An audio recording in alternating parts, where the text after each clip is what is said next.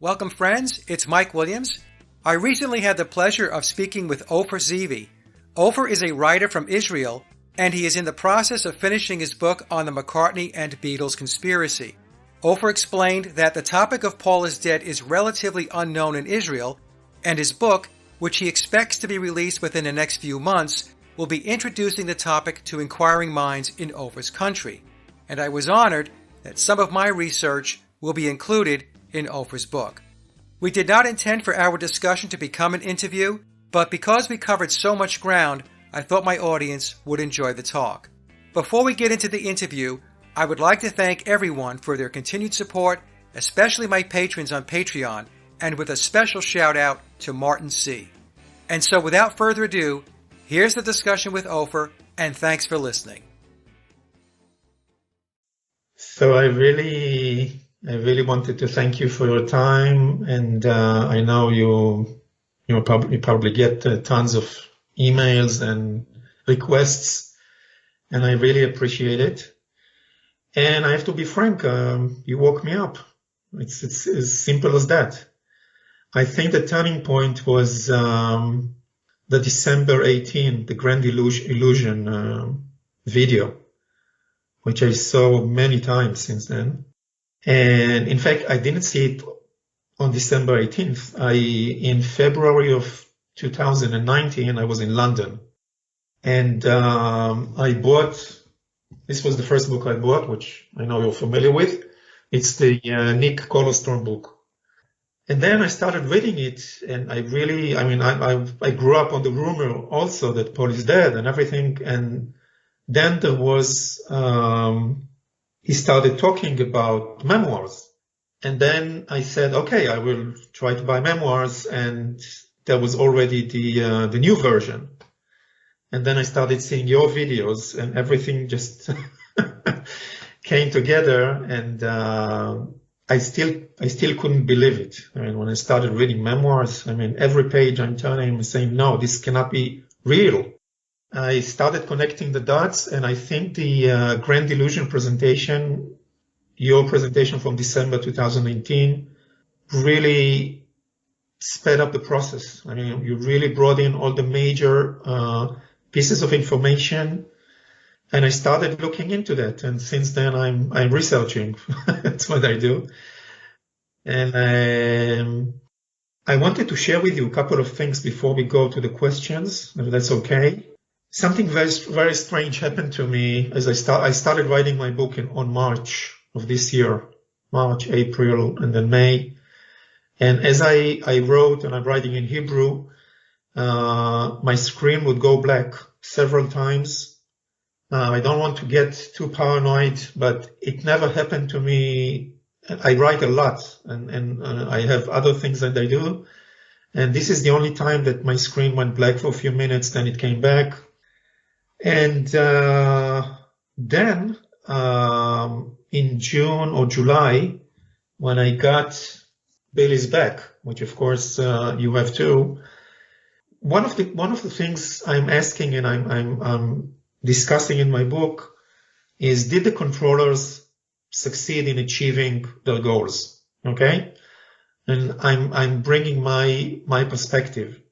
All of a sudden, when I opened this book, and I read it several times already, on page 82, in the footnotes, there's, and I can quote, on the bottom paragraph on page 82, many people wonder if the NWO will succeed. And I get a full explanation on stuff that I wrote about in my book. Now, again, I don't know if I'm too paranoid. That's a possibility. But it's really this paragraph, and I read it several times. It answers a lot of my questions. And this book isn't even published yet. It's just a draft. I'm writing it on my computer. So this is one thing I wanted to share with you. I don't know what to make of it. Maybe it's nothing.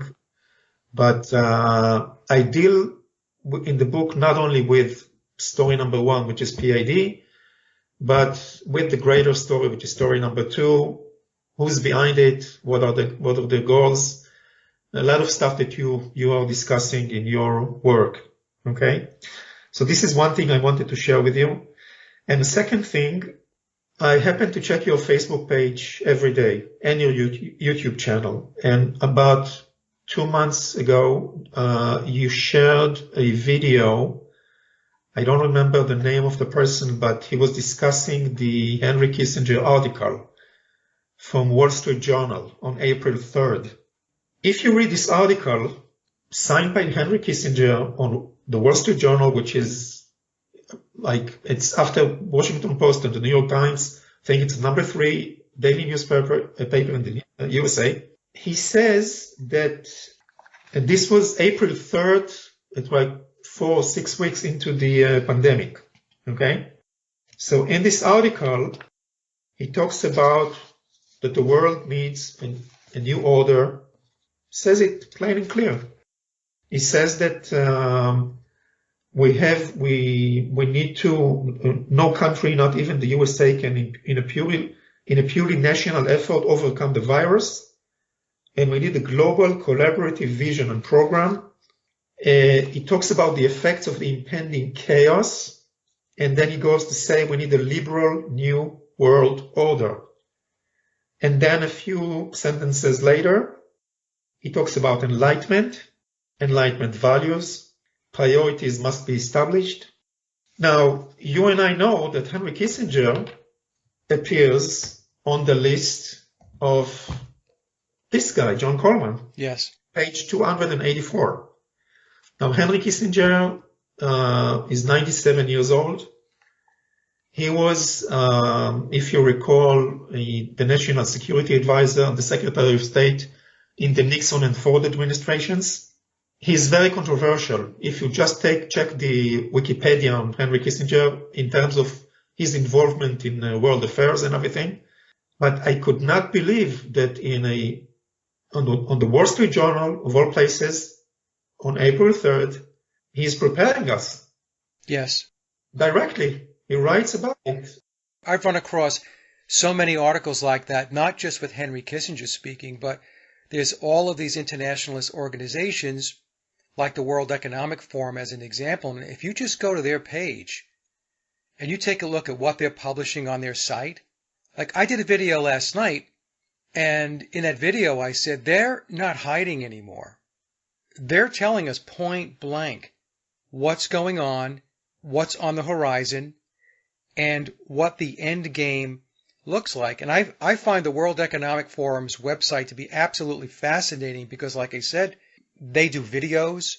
There are papers up there that they write. And if you read that stuff, you can see there's a blueprint, and they're following that plan step by step. So for people who think that this stuff is not going on, or that the New World Order or the internationalist structure is not already in place, they've got a lot of homework to do, a lot of catching up to do.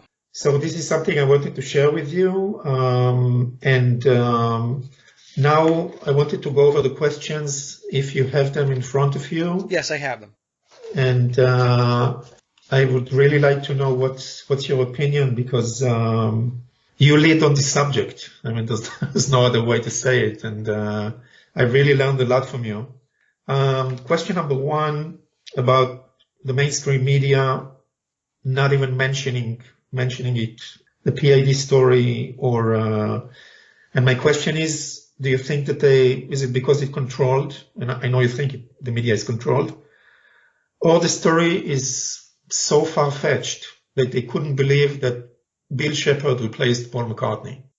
Well, the media is completely controlled, Ofer, and based upon my McCartney and Beatles work and all the other work I've done that has nothing to do with the Beatles, we know that there is this grand deception that's in place. So the media is there to deceive us, to lie to us, to create an artificial reality, and to feed us that narrative. I did a presentation in South Carolina about 2 or 3 weeks ago, and I quoted George Harrison's song from his Brainwashed album. It's called Any Road. And the quote is, "If you don't know where you're going, any road will take you there." I know this song, yes. And I saw your presentation, by the way. that's basically it in a nutshell. So the deception is in place, Ofer, in order to be able to lead the masses, to control them. There's a destination down the road, and they are manipulating the reality, and the media is one of their biggest tools in their toolbox to be able to do that. And so the Beatles story is one of the largest psychological operations in modern time because music is very powerful to human beings. People resonate with music, and it's a Luciferian agenda. It's an agenda that goes back before the 1960s. I would say that it really started as far as the direction that the Beatles picked up on with the Beat Poets from the 1950s. And the Beatles music and the Beatles themselves were put together in order to drive massive social engineering, to take the world, not just the United States, not just the West, because it really has gone beyond that, to take the world out of its old paradigm, or what the controllers would consider an archaic old paradigm, where there was traditional values and institutionalized religion was too structured. It kept people too boxed in. So in the minds of the people that are running the show, their belief is there needs to be more freedom, there needs to be more exploration, there needs to be more experimentation, and almost to the point where what they're telling us is anything goes. So if it feels good, do it. And in fact, that was a tagline that was used back in the 1960s and 1970s, right? If it feels good, do it. So it's really a no-holds-bar approach to living your life. So they think that they're going to take us to a better place where there's more openness, there's more freedom, there's no borders. Basically, if you want to get their ideology down in a song, listen to John Lennon's Imagine. Lennon's Imagine is the New World Order anthem. And if you go back and listen to that song and you see what's played out since that song was released, you're seeing a lot of stuff come to fruition. The Beatles were and are, they still are, a massive psychological operation. They have influenced a massive amount of pop music and pop culture. It still goes on today. If you watch any documentary on other bands or on the music industry, almost always there is some mention of the Beatles. Whether verbally, they'll talk about the influence of the Beatles on that particular band or their songwriting, or what you'll see in the background is Beatle posters, Beatle albums. So it's always there. So the reason why the media doesn't talk about it is because the media is part of the massive psychological operation that takes place on any given day. So they're not going to go out and say, oh, by the way, the Beatles were manufactured, as Davy Jones called them, the first manufactured band. They were created by Tavistock. Oh, by the way, they didn't write really any of their music between 1962 and 1966, and they didn't write a lot of the music between 67 and 70 either. So they're not going to say this because people worship their musicians. They worship their bands. They worship their celebrities. And that worship adds fuel and energy to their agenda. Because as long as you're worshiping something, you're prone to follow. So as an example, if the bands are telling you through their documentaries and their lifestyles that drugs, alcohol, overindulgence in sex is great, and you worship that band, you worship Led Zeppelin, you worship Kiss, you worship the Beatles, the Rolling Stones, the Who, whatever, then it creates a mindset within people that says, you know what? Hey, it's good for them, be good for me. Look at them. They're famous. They're on TV. They make a lot of money. So it's a complete alteration of the reality that people used to live. And today, because now it's 60 years later, because the Beatles came onto the scene in 1962, so we'll just round it to 60 years, most of this stuff has become acceptable as far as lifestyle goes, as far as morals and ethics go. It's just accepted. It is now so interwoven into the fabric of society and into the culture that nobody's really questioning it anymore. So that's why they don't talk about it, because the Beatles, again, were a massive psychological operation, and since the media is in the business of promoting psychological operations, they're not going to touch it. Yes, very much. You were talking about anything goes. I remember, I'm 55 years old, by the way, and I remember sex, drugs, and rock and roll. This was the anthem of the 60s, the 70s. By the way, I lived in the USA for 1 year in 1979 in Miami Beach, Florida. And both of my degrees are from New York. I lived in Queens, New York between 86 and 92. Okay. So I'm very much familiar with the American culture, and so I know what you're talking about. I lived in Queens too, Ofer. Where? I was in Jackson Heights. Oh, okay. I wasn't very far from Shea Stadium. I live in Flushing. Flushing, which is okay. not far away from Shea and the tennis courts. And yeah, we were very close. What years? I was there from, 1982 through 1985, 86. And then I moved to New Jersey. Yeah. In 1989, there was a special radio show, 20 years to the rumor of Paul is dead. Yeah. On one of the two, I think it was WNEW FM, which is one of the rock stations there. But it was, we had no information. You can't compare it to what we have today. So anyway, moving to question number 2. This is something I get from people I talk to here. There's so many books about the Beatles. How can you take one book, the memoirs, which annuls everything else? It's a complete opposite. And I tell them, listen, there's old information, which is controlled, and now there's new information. And if you don't believe memoirs, there are other sources where you can check it. I checked the I'm a Phony video series. I found a lot of stuff there. By the way, my conclusion is that it is coming from Billy or one of the people working for Billy. And I know that because there are outtakes from the anthology that only he and Neil Aspinall, who is dead by now, have access to. So there are other sources. There are other places to look for. And, but they can't believe it. It's a totally new, line of information. So it's very difficult to convince people who are not looking into the new information.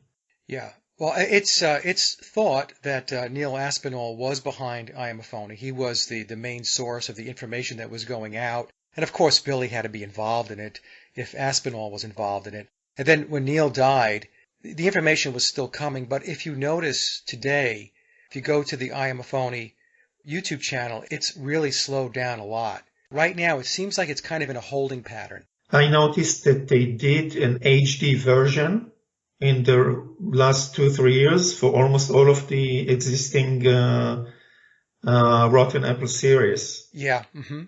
So there's no new information, as you say, but they are investing in at least making it look better or something. Yeah. But and I noticed also that they deleted some of the the series is between 1 to 90. I think from 90 to 100 they deleted the last 10 or something. So maybe the information there was too revealing, or I don't know. Or maybe they're going to rework it. To me, right now, they are kind of in a holding pattern from the perspective of brand new information or revelations coming out. I used to go to I Am a Phony too. I learned a lot from them. And, one of the things that I wanted to do with my work was to not have the information as cryptic as I Am a Phony. Where you have the flashing images and you got to slow things down and you have to try to piece it all together. Yes. So when I did my work, I wanted to put a more layman's view out where it wasn't as difficult to decode what was going on, especially from the occult perspective. Because when you watch the I Am a Phony videos, there is a lot of occulted information that's coming through about the Beatles and about Billy, but it can be very, very difficult to break it down and really connect the dots and understand it. So, one of the things that I wanted to do was to make it more understandable. And I think I did that. I get a lot of comments and emails from people saying, thanks, I understand this a lot better now. But anyway, to answer your question about, how can memoirs trump all these other sources, I get that question a lot too. But what people don't understand is that, as I've mentioned before, Ofer, the Beatles were and still are a huge psychological operation. So the psychological operation did not just entail creating the Beatles and creating the music. That's not what the psychological operation was limited to. When they create a psyop, they have to build and create the narrative all around it, right? So the same people that gave us the Beatles and gave us the music and all that stuff are the same people, it's Tavistock, that created the narrative. They had to build the backstory, and they own the media, and all of this information was disseminated. So the way it works is there's two categories of people. There's two camps, I should say. There's the camp that is on the Tavistock payroll or the controller's payroll, and they are in place to ensure that the official story is disseminated. So they write books, they make films, they make documentaries, they do comic books and all that stuff. So that's what they're there to do. So you've got that whole machine going. Then you have the second camp, Ofer. The second camp are people who are not on the payroll, and they are authors, filmmakers, but the mistake that they make is they rely on the fabricated narrative as their source documentation. So if they're going to write a book about John Lennon and Paul McCartney's childhood, which I personally believe is nothing like the official story that they've given us, then what's going to happen is they're going to go back to these fabricated narratives, and they're going to use them as their source reference, and they're going to build upon it. And that's actually the beauty of how complex and how brilliant the psychological operation is. They have people perpetuating the fiction, the myth, every day. It's not just them having their people on the payroll doing this, but they've got people not on their payroll who are exponentially disseminating the fictional narrative. And it's not just with the Beatles. I mean, it's with everything. As an example, so in the truth community, we know that 9/11 was an inside job, that it wasn't 19 hijackers with box cutters, right? And that Building 7 was taken down. It was a controlled demolition. But people will come and say, well, what are you talking about? Look at all these books that were written about 9/11 and written about these terrorists and Osama bin Laden, and Dick Cheney wrote a book, and Donald Rumsfeld wrote a book, and this person wrote a book, and this documentary was done. And look at the NIST report, Mike. It's like 1,000 pages deep, and it talks about Building 7 and how it was brought down by fires and so on. Well, we know that that story is complete fiction. It's a lie. Yet, it's well documented, Ofer. But it's a well documented lie. It's the same thing with the JFK assassination. I did interviews with two researchers, Robert Morningstar and Oli Damigard, both of whom have researched deeply the JFK assassination. And guess what? Lee Harvey Oswald didn't fire a shot. There were 4 or 5 paid assassins that fired at the same time and took JFK out. Yet, the JFK assassination is well documented that the lone shooter, gunman, was Lee Harvey Oswald. There's a video which we've seen thousands of times. Right. So it must be true. It must be true. So that's the thing. So people fall into the trap of believing that because there's information, there's books, there's films, there's documentaries on a particular topic, that because that stuff exists and you're told that that's the story, that's the thing, right? everybody just accepts what they're told. Nobody does any research, or very few people do research. A very, very small percentage of the population gets off their butts and actually digs in to try to understand and do some critical thinking. Everybody else just absorbs whatever it is told to them through the television set. So when people come back to me and say, well, how can memoirs be this? How can memoirs be that? Well, those are some of the examples that I give them. And by the way, the guy that's telling you the story is the guy playing the part. I've always said, Ofer, that if Billy got up and tomorrow he said, you know what I'm going to do? I'm going to go on the mainstream news and I'm going to announce that I am not Paul McCartney. My name is Billy Shears, and I've been playing this part since at least 1966, and this is who I am. Most of the population wouldn't believe him. They would reject him. They would say, oh, he's just pulling a prank. It's just a joke. No, he's Paul McCartney. I don't know, maybe he's just getting old and he's losing his mind. This is the kind of stuff that would come back. People don't want to give up their worship. They don't want to give up their idols. Because certain parts of their life, certain parts of their personality, their emotional state, their memories have been built upon that story. The Beatles, Paul McCartney, John Lennon, and so on. I had a laugh when Lennon's 80th birthday came up and all of these radio stations and there were some YouTube channels that were talking about what a great guy John Lennon was. Now, I'm not saying John Lennon didn't have a lot of very positive things to say as far as peace and all of that, but there was a part of Lennon that was not good. Neglected his first child. Right. Julian and Cynthia Lennon, his first wife, did an interview, one that I heard that she did with Alex Belfield, where she talks about how Lennon was abusive to her. So, and I'm not trying to crap on John, but the thing is, people don't want to know that stuff. People only want to grab onto the feel-good stuff. And the feel-good stuff is what comes out of the television set. It comes out of the books that are written and the films and the documentaries. But that's why it's important that we dig in and we seek truth and we learn more about the reality so that we can pick apart fact from fiction.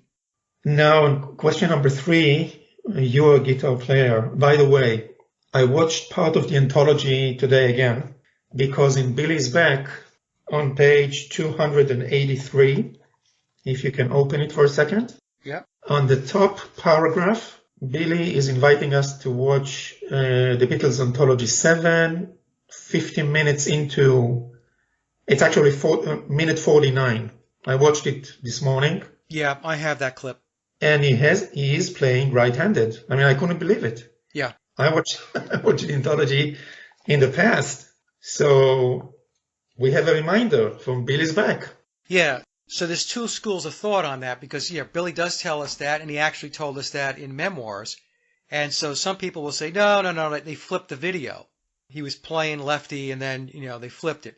But the point that people miss is whether Billy was actually playing right-handed or they flipped the video. In either case, there was a message being sent. That was a clue. In the book, he's telling you, I'm right-handed. Yes. In the book, he's pointing you to the DVD. Yes. Okay? So when they did Anthology and they filmed it, they were perfectly aware that that snippet, that segment of video with Billy in India, he was playing right-handed. So either way, whether they flipped the video to make it look like he's playing right-handed or he was actually playing right-handed, in my view, that's irrelevant. Because when they put the DVD together, they knew what they were showing everybody. It was a clue. Yes. It did not just slip in there. Anything that people are picking up on, including myself, is because it was put out there. It was intentionally put out there. It's like the clip, it was the concert for George, where Olivia Harrison Hello, Billy. Greets Billy and says, hello, Billy. Right? So was that a slip-up? That wasn't a slip-up. That was put out there intentionally so that people who are intrepid and looking and awake would say, well, wait a minute, with all these other people there, called him Billy. And not only that, but standing right next to Billy was his wife at the time, Heather Mills. Yes. So if Olivia Harrison is saying, hello, Billy, and Heather is standing no more than 3 feet from both of them, Yeah. she knows he's Billy. Some people want to argue that she thought she married Paul McCartney, and the reason why the marriage broke up was because she found out he was an imposter. And I always said no. She knew she married Billy, and that video, in my view, proves it. So in terms of right-handed, left-handed, the clues are there for us. But you said your version is that he was right-handed always, and he had to learn Yes, to play left-handed. That's what he's telling us in the book. that is what he's telling us in the book. So, yeah, so it's not an easy thing to do. Now, it's not to say that it can't be done. There are people in Beatles tribute bands who play the McCartney part who were originally right-handed and then had to teach themselves how to play left-handed. So it can be done, but it is not easy. And usually what happens is the right-handed guitar player, even if they can get themselves to the point where they're playing adequately left-handed, are never as good a guitar player or bass player than when they're playing right-handed. And in Memoirs, Billy tells us that when he records, he plays right-handed. Oh, okay. Okay? So we're going to see videos of him in the recording studio, like in Give My Regards to Broad Street, the movie he did where he was in the recording studio and he's playing lefty. Yes, but that's all staged stuff. Let It Be, he always plays lefty, I He think. plays lefty, right. But what people don't see is when the actual song is recorded, we don't see the version of the song that was the final recording, which way he was playing. So, and the thing is, Billy over the years obviously has become very adept at playing his bass left-handed. But one of the knocks that he took when he went solo with Wings as an example, and he was touring, there were a number of musicians and music critics that had come out in various magazines and newspapers and said that his bass playing wasn't as complex as what was being played on his recordings. I remember reading that a number of times back in the 1970s and the 1980s. And my answer to that is because, well, when Billy's playing out, he has to play left-handed, and he's not as good a guitar or bass player left-handed. He's good now, but he's not as good as when he plays right-handed. So when you hear his records, you're hearing him play right-handed. That's why it sounds better. And I guess we can get into this a little later, but when we go back to the 1962-1966 period, the bass playing you're hearing there is not biological Paul McCartney. Yes, of course. Right? So people are hearing this bass playing on these songs, and they're like, wow, it's tremendous bass playing. And on many of those songs, the bass playing is very good. But the thing is, the Beatles didn't play on those records. And we'll get into that, I guess, a little later. They sang just like the Monkees did. Yes. So, yeah, switching from right-handed to left-handed is difficult, Ofer. I've tried it a couple of times. I basically gave up. But then again, I didn't have a motivation to have to do it, whereas Billy did, right? But it can be done. So it's not something that's out of the realm of possibility. You saw him in a concert. Yeah. Because I remember you reviewed it about 2 summers ago, something like that. And he played left-handed, but of course, but he also had other, I think, bass players in his band. Yeah, no, he played, when he played bass, he played alone, so he did fine. And with guitar, this is what I noticed. His voice is shot. He just cannot sing like he used to. And Billy's 83 now, so I'm going to cut him some slack. But what I noticed, Ofer, was that when he was singing, they actually lowered his lead vocal, and they had the other guys on stage complimenting his melody when he was singing. In other words, so they had a blending in of the voices so that it would help to camouflage the fact that Billy's voice isn't as good as it used to be. Because in his heyday, he had an unbelievable voice. I mean, he really did. He had tremendous range, but he doesn't have that now. So nobody was covering for him when he was playing instrumentally. He was on the piano, bass, guitar. He did great. But his vocals, they're nowhere where they used to be. Okay, so question number 4. In Memoirs, we learned that the American moon landing was faked. 9/11 was an inside job.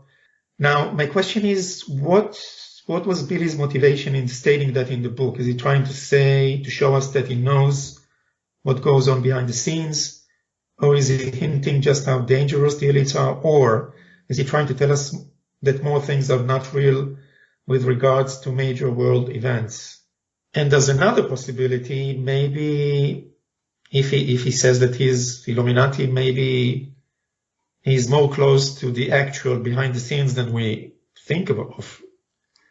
I know it's a scary thing to say, but he said all of this, he says with conviction. I mean, the moon landing was fake and 9/11 was an inside job. Yeah, he even says that it was his relatives that were involved in 9/11. He was in the airport. Yeah, he was supposed to be on the tarmac, and he said he saw the whole thing. And he also mentions that. What was he doing in the airport? Yeah, colossal timing, right? And he says that his relatives were involved in the planning of 9/11. So he was pointing back to the Bushes, and I believe specifically he was pointing back to Barbara Bush, where it's highly suspected that she is the daughter of Aleister Crowley. Yes, I've heard that. Yes. Right. And so, Billy tells us in memoirs, well, I don't want to say he tells us, but he strongly alludes to the fact that he has ties back to Aleister Crowley. I believe at the very least it's definitely bloodline ties, and some folks that I'm connected into have done work on that, and the answer is yea, verily. He is bloodline related to Aleister Crowley. The question becomes whether Crowley is actually his father. It's very possible because Crowley was involved in a lot of sex magic. And Billy was born in 37, and Crowley died in 47 at the age of 72. So he would have been 62. Crowley would have been 62. They shared 10 years on Earth, from 37 to 47. I found out on Wikipedia, but it's really nothing, that Crowley had a son born on May of 1937. Yeah. Out of wedlock. His name is Rendell Jair. That's what Wikipedia tells us. But we know that Billy was born on September of 37, so it's not even close. So. No, Wikipedia is very dicey and it's very sketchy. Ofer, what they put information up there that they want you to see. Anything they don't want you to see doesn't make it up there. And the other thing is, no one really knows how many children Aleister Crowley actually fathered. Yes. Nobody knows that. So the 4 or 5 children that they list on Wikipedia, as far as I'm concerned, I mean, it's not helpful at all. In my view, it's not anywhere near the truth. Yes. Right. So that's why it takes a lot of additional digging to figure out who's who in this whole equation. Because I had this conversation with Tom about Billy divulging information like the moon landings and 9/11 being an inside job and all that. So Tom and I converse via email or PM, and we're not pen pals. We connect periodically to kind of cover a couple of things, especially if I'm working on something that has to do with the book or the McCartney conspiracy. So the explanation is that Billy is opening the aperture because we're in a time right now of revelation. We're in a period of time where truths are being revealed and deceptions are being exposed. The way it was explained to me is that the book is giving the reader, those that are intrepid, a glimpse into the inner circle. That's what Billy's trying to do. He's not letting you in completely, obviously, but for those people that are awake, for those people who are seeking truth, he's opening the door a little bit and said, you want to take a peek inside? Because I'll do that for you. I can't let you live here, but I can open the door enough so you can take a look at what's behind me. So it's part of this whole process of awakening, Ofer. My reading of memoirs and then my subsequent journey of proving it or disproving it, because that's really what it was all about. When I first read memoirs, I was like you. I was like, this is unbelievable. I can't even, well, I don't want to say I can't, but it was a voice inside of me that said, I don't want to believe this stuff because I was such a Beatle freak. But the information in the book made me look in places that I would never have looked before to broaden my horizons as far as my own personal awakening. I mean, for instance, I did some research and was generally aware of the occulted aspects of the world and the reality. But it wasn't until I read memoirs that I really started to dig in. So I really wanted to learn more about Aleister Crowley. So I read books on Crowley. And I read books on Luciferianism because I wanted to understand what this was all about. Because in our reality, it tells us, don't read that stuff. Don't look at that stuff. But how are you going to really understand the truth if you don't look at the things that the fake reality is telling you not to look at? Yes.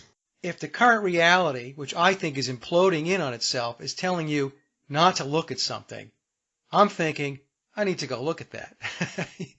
You see? Yes.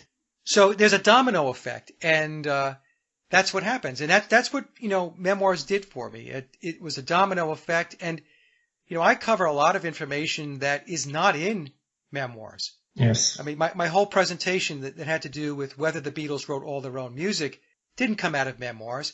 Billy hints at it very, very subtly on page 350 and 351 in the Blue Book, very subtly.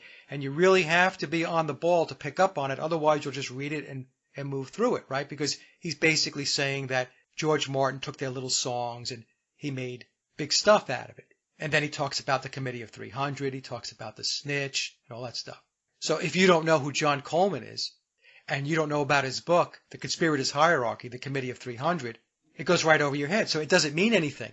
So that's why, to me, memoirs is very important. And the one thing I do want to touch on, going back to question 2 for 1 second, Ofer.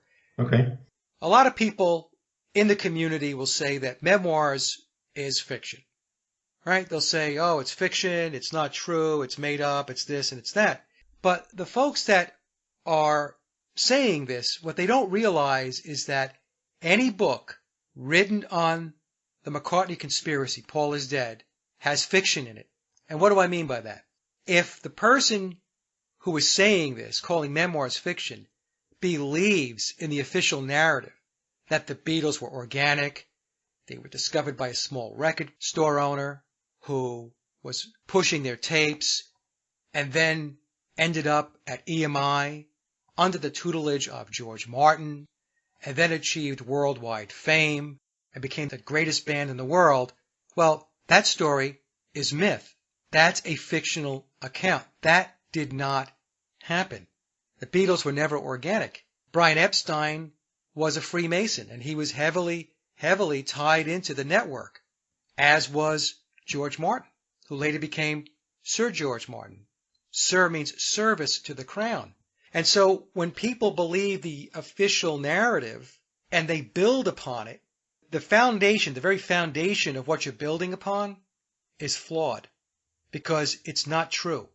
So that's I really want to cover that because it's amazing to me that how people who consider themselves to be truth seekers and researchers, they themselves have self-imposed boundaries.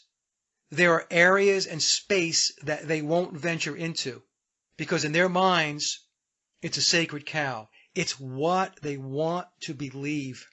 And because they want to believe it, they're just going to hold on to it no matter what. And then when people like myself come along and say, you know what, that story's not true. You are the bad guy. I'm the bad guy. It sends them into a tailspin. And that's why I've had a lot of ad hominem attacks on me. A lot of people trying to go for the jugular. And for what reason? Think about it. Because I'm one guy who turned around and said, that story, based upon my research, is not true. Yes. So what's happening is even people who are allegedly truth seekers, they have paradigms. And they don't want their paradigms screwed with. That's not truth seeking. It's not. So we were talking about bloodline. Yes. Going back to question number 4. And you said that we are in a time where there's some revelation. Yes.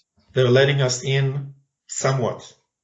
Not on the full picture. We don't get the full picture, but we can take a peek or something like that.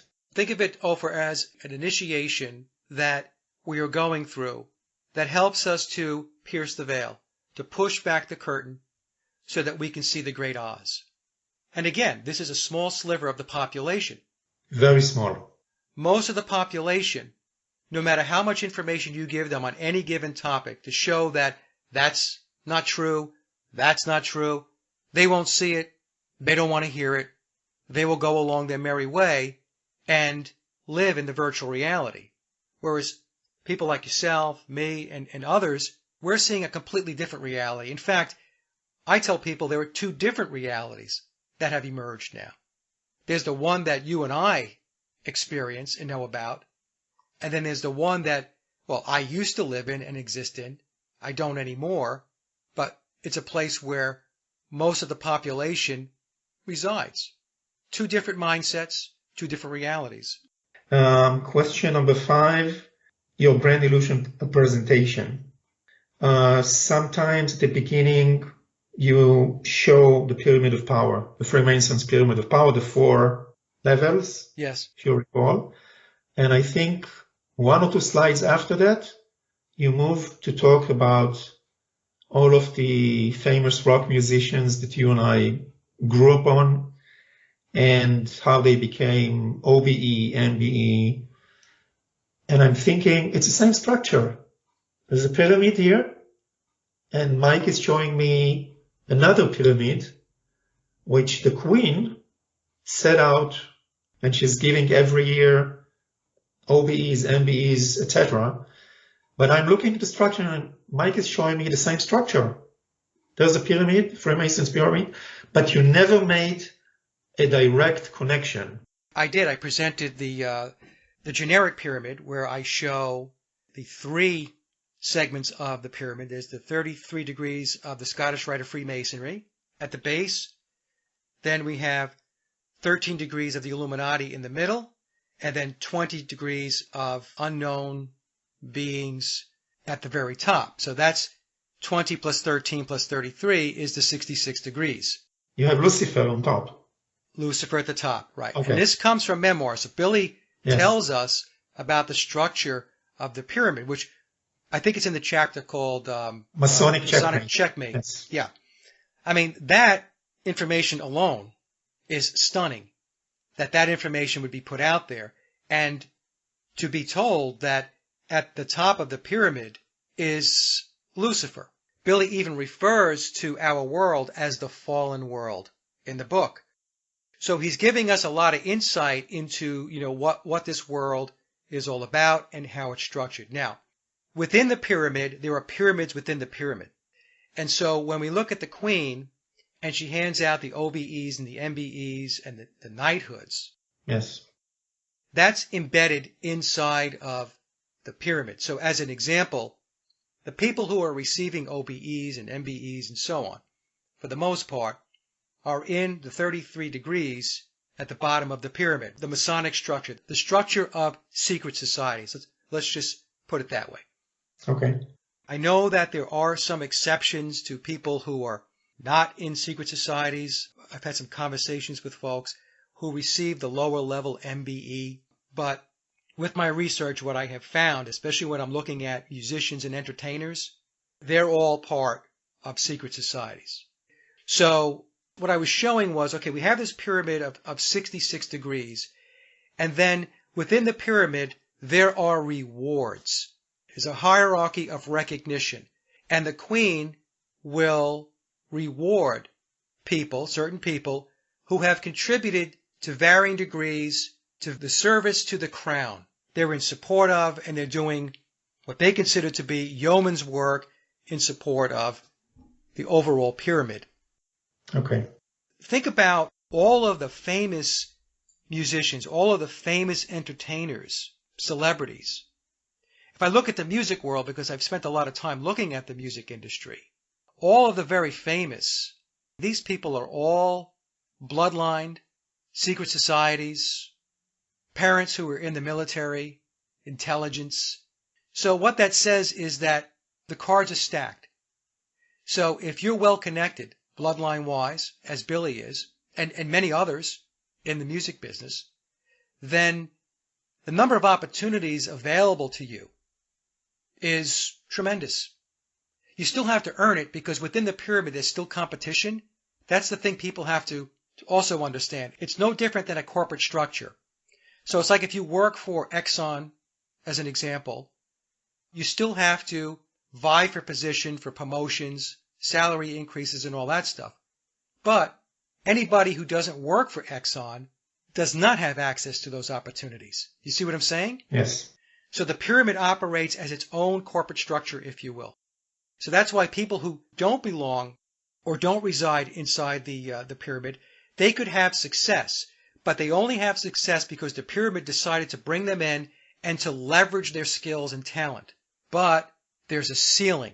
In other words, they'll only get so far as their fame and their money. What they won't have available to them are the rungs on the ladder that the people who were born and bred, bloodlined inside that pyramid, that they have available to them. Hopefully that made sense. Yes. Okay, question number 6. I guess we already know the answer. I mean, you talked about it a lot. If Billy was groomed, somebody had to move in order to let him in. So I guess you agree that Paul's death was premeditated, basically. I mean, there's no other way to understand it. Well, according to memoirs, Paul and John entered into a satanic pact. In Sweden, yes. In October of 1963, right? Yes. So just based upon the fact that there was a Faustian bargain, a deal with the devil, that would say that it's premeditated. Because when that pact was completed, that ritual, they knew that McCartney, biological Paul McCartney, was going to have a limited shelf life as far as his time here on Earth. So it had to be premeditated. But the thing is, the way they work it is, these premeditated deaths that are the result of going to the crossroads are always made to look like accidents. Always. So people ask me that, they'll say, well, so-and-so died this way. How is that a ritual? I mean, you're watching too many movies. You're thinking that they're going to drive a stake through their heart. It's not the way it works. So the life gets truncated, or the death comes sooner than it should, or would have, if they didn't have their life script rewritten by Lucifer. It comes in the form of what appears to be an accident. So the story goes that biological Paul McCartney died in a car accident. Now, some people want to argue and say, oh, he didn't die in a car accident. It doesn't matter. He died. And all the clues do point to a car accident. In fact, in one interview I did with Wrestling with the Future, Angelo, who was the host, used to work at a club in New Jersey. And Southside Johnny had come in with Denny Lane. And there was a band that was playing that night. So when Denny came in with Southside Johnny, they sat down at a table. And Denny was telling the story that, yeah, biological Paul McCartney is dead, and he did die in a car crash. That lends credence to the story that we're told. And like I said, there's a lot of clues that points to a car crash. But again, it's viewed as an accident.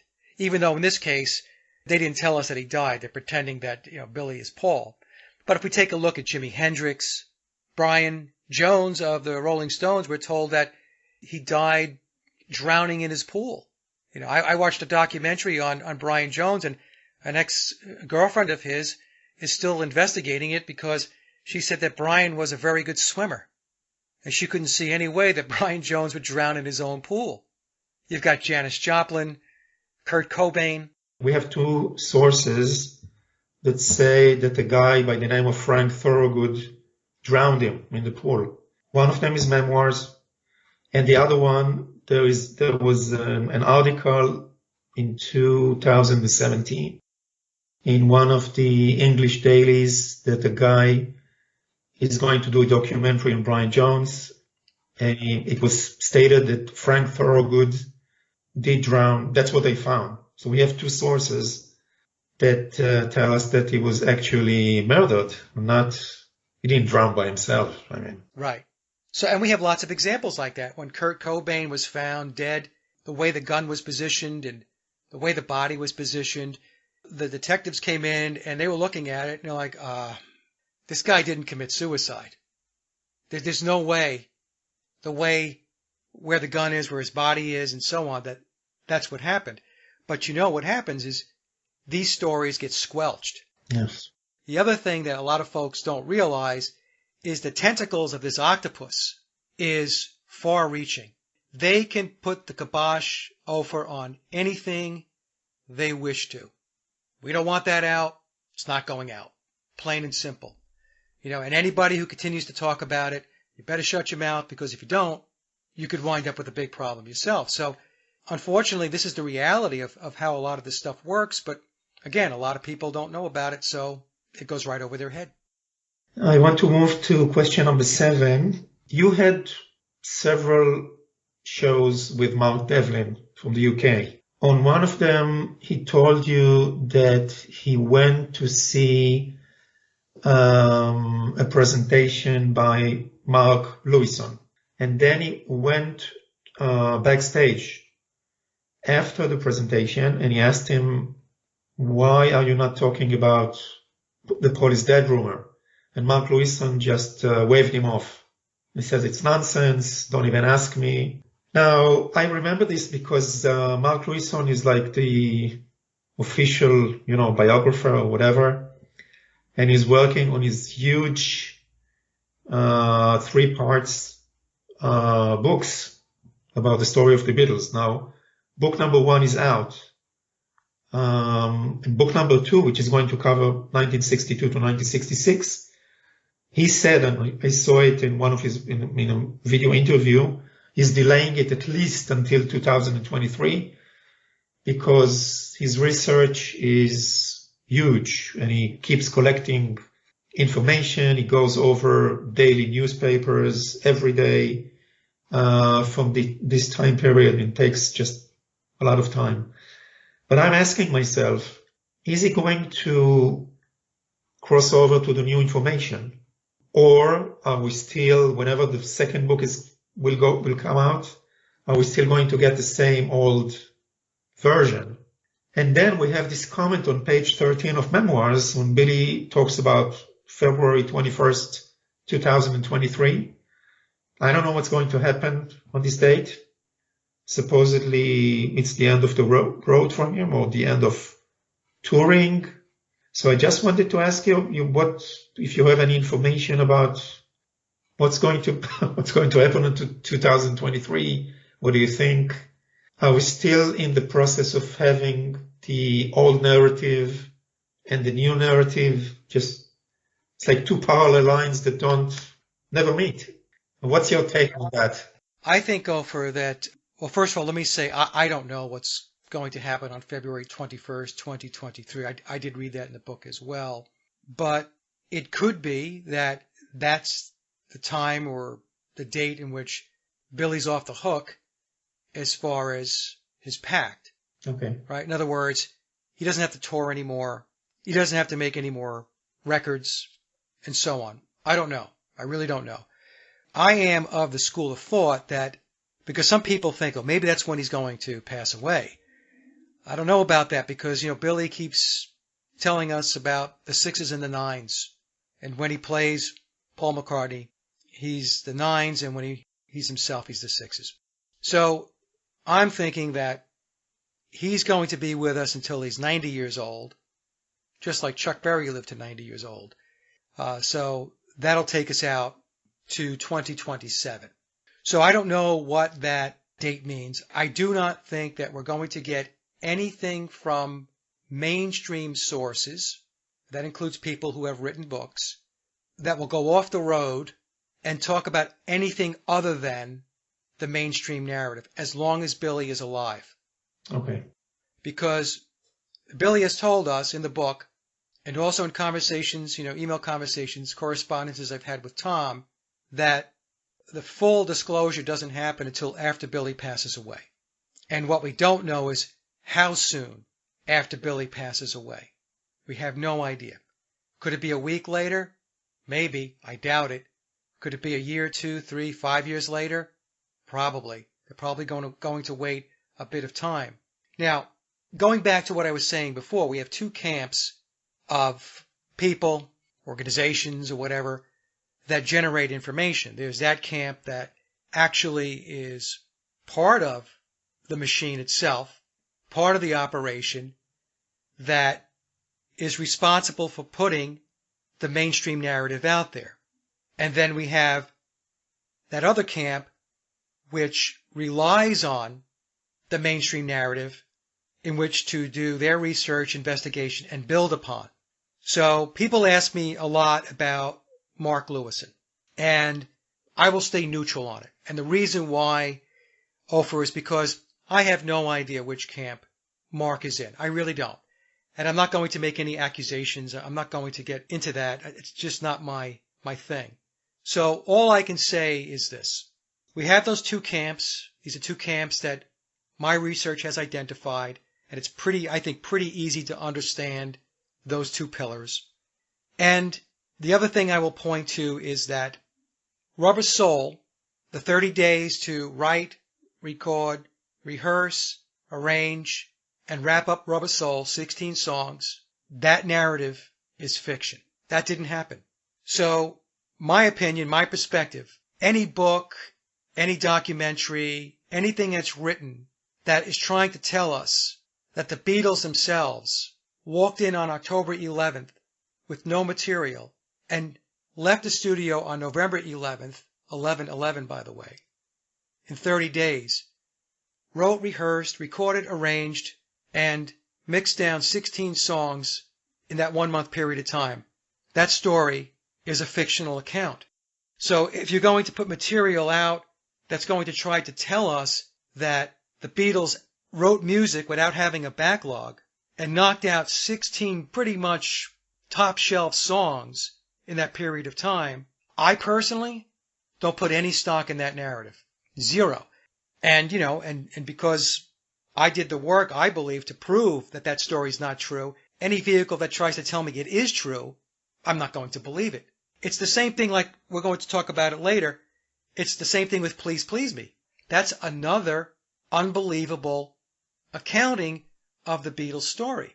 The other one is that, going back to my presentation, there was the Mercy Beat article from 1962, which clearly tells us that the songs that the Beatles are going to record at EMI in London were written for them, specifically for them, and given to them by their recording manager, their producer, George Martin. How do you get around that?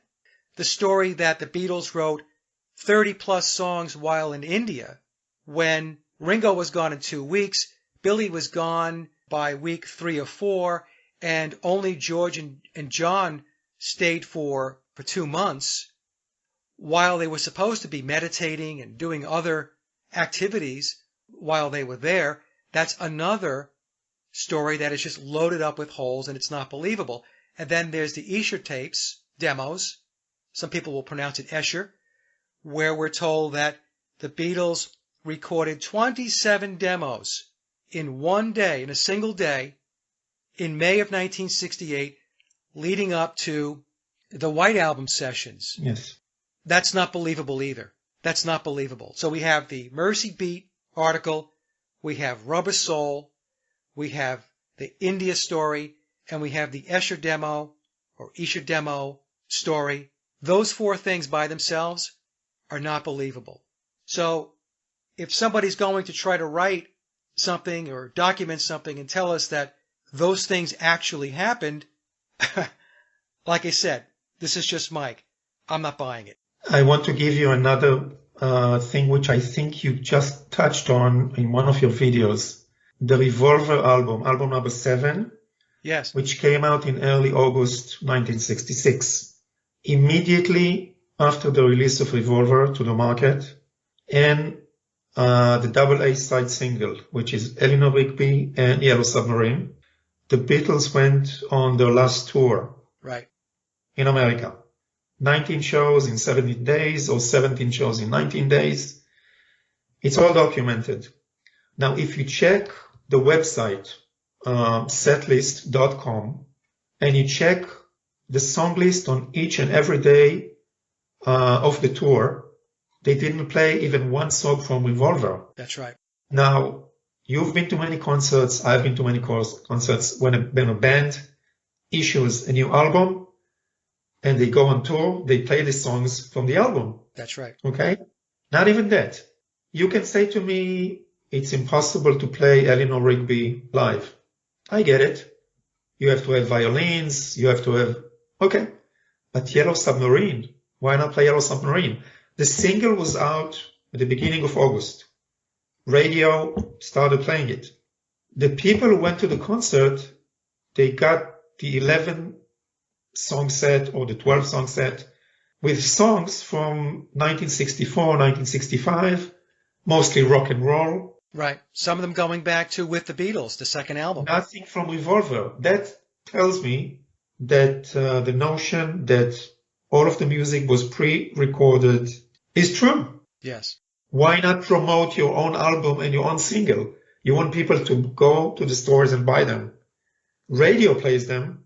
Eleanor Rigby and Yellow Submarine, they shot up the charts, the American chart, the UK chart. It doesn't make sense. No, it makes no sense. Makes sense is that the Beatles didn't know how to play the songs because they only contributed the voices to the taping, to the recording of the Revolver songs. It's right there. Right. So with Revolver, it was the same thing with Rubber Soul. They did not play on the record. They came in to do the vocals only. That's it.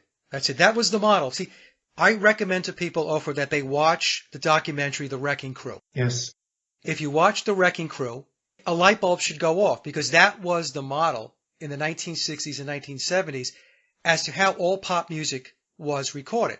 The Wrecking Crew was a group, a loose group of studio musicians that played on an incredible amount of albums for a very, very large number of popular artists.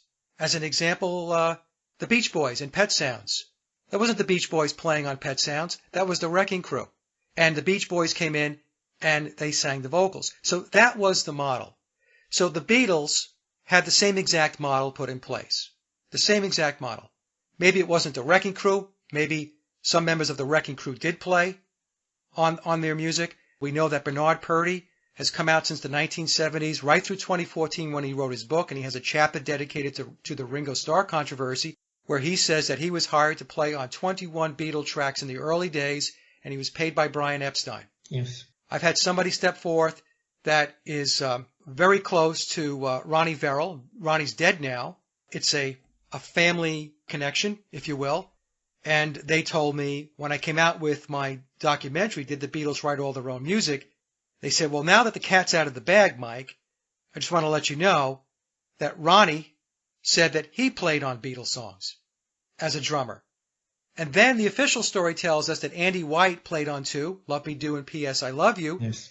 But my argument is those are the two that they're telling us about. I believe Andy White played on more, a lot yes, of the early Beatle music. So from a drummer perspective, we have Andy White, we have Bernard Purdie, and we have Ronnie Verrill. In fact, Purdie came out in his interviews and said that Ringo played on none of the early stuff.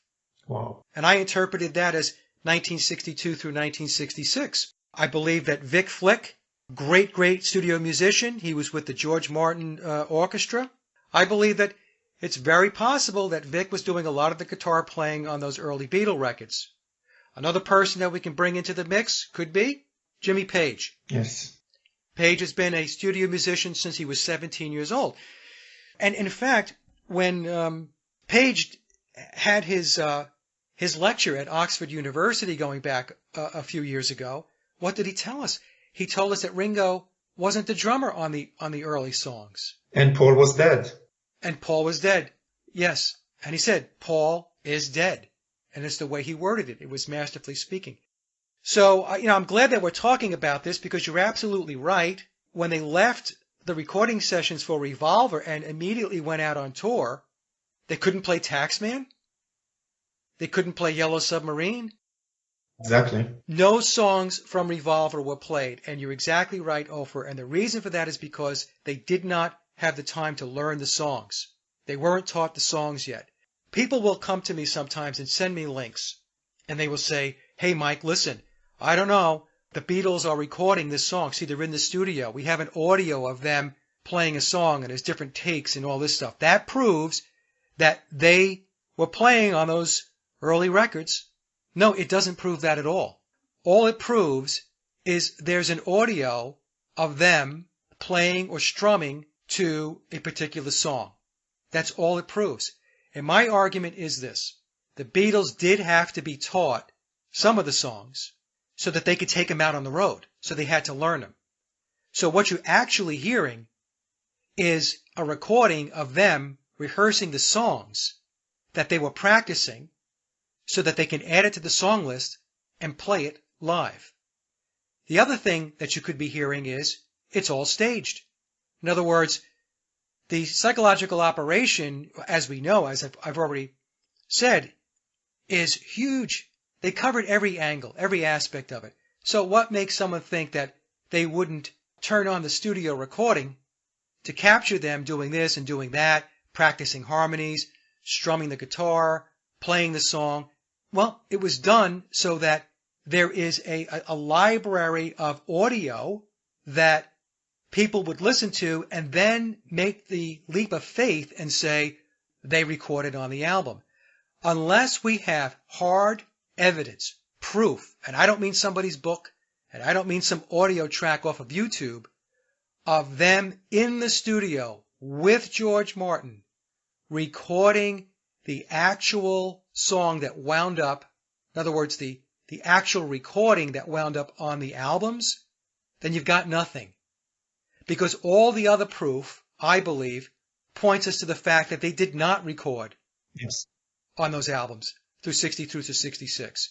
And the other thing, Ofer, I did an analysis that I'm going to be putting a video out. I don't know when. It's going to take some time. But I went through all of the Beatles songs from 1962 through 1966. And there were 77 originals on the albums, plus they had songs that were not on the albums.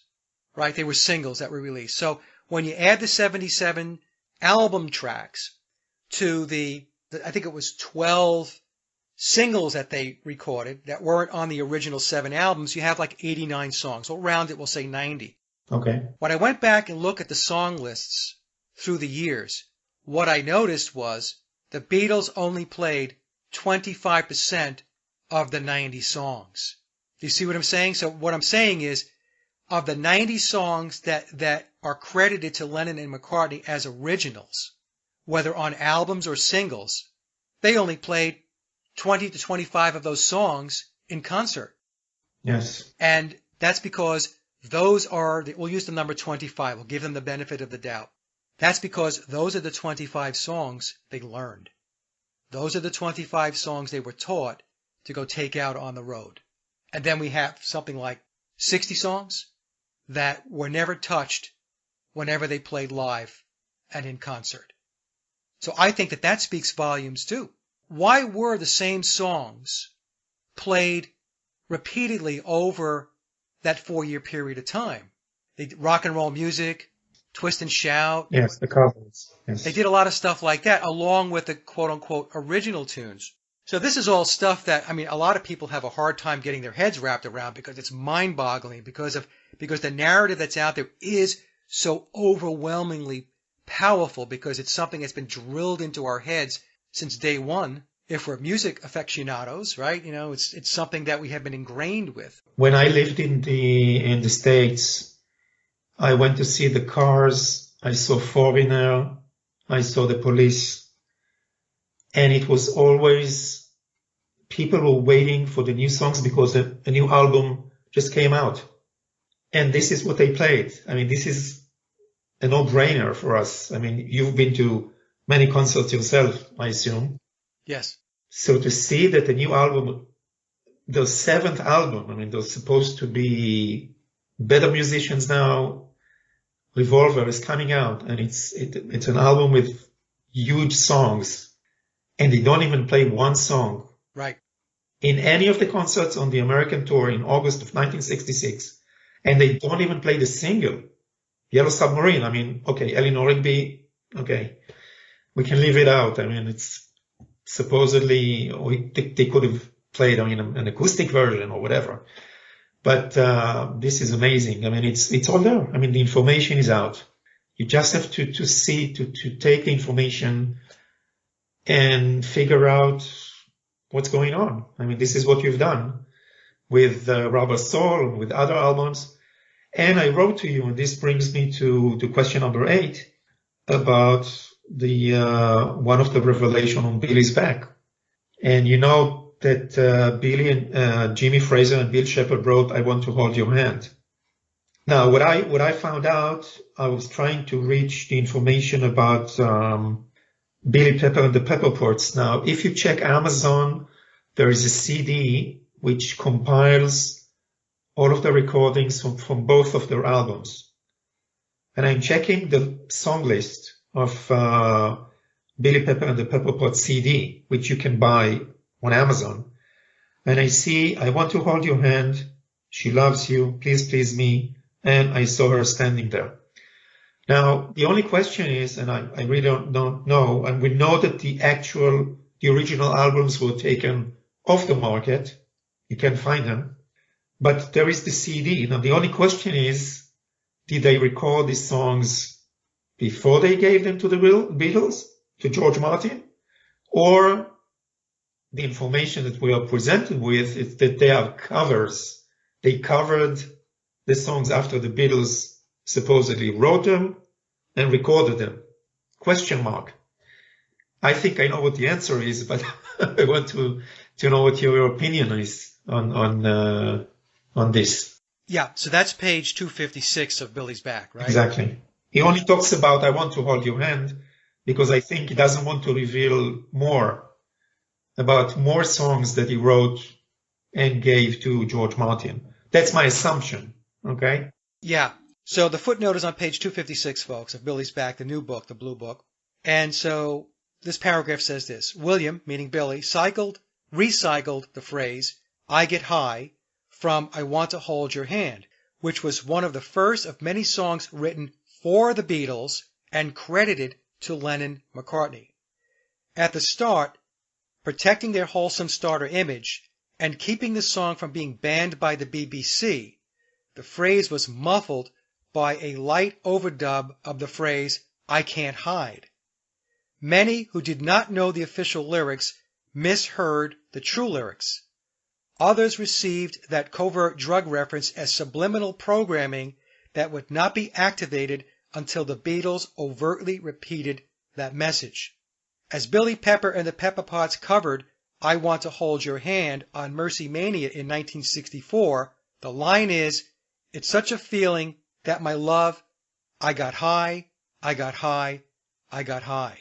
So what's implied there is that if the original lyric was "I got high," and if the Beatles version was "I can't hide," then what Billy's telling us is there was a version of that song before the Beatles had the song, which means there was a version of that song before, quote unquote, Lennon and McCartney wrote it. Exactly. And what he's telling us is very clearly there that the song was credited to Lennon and McCartney.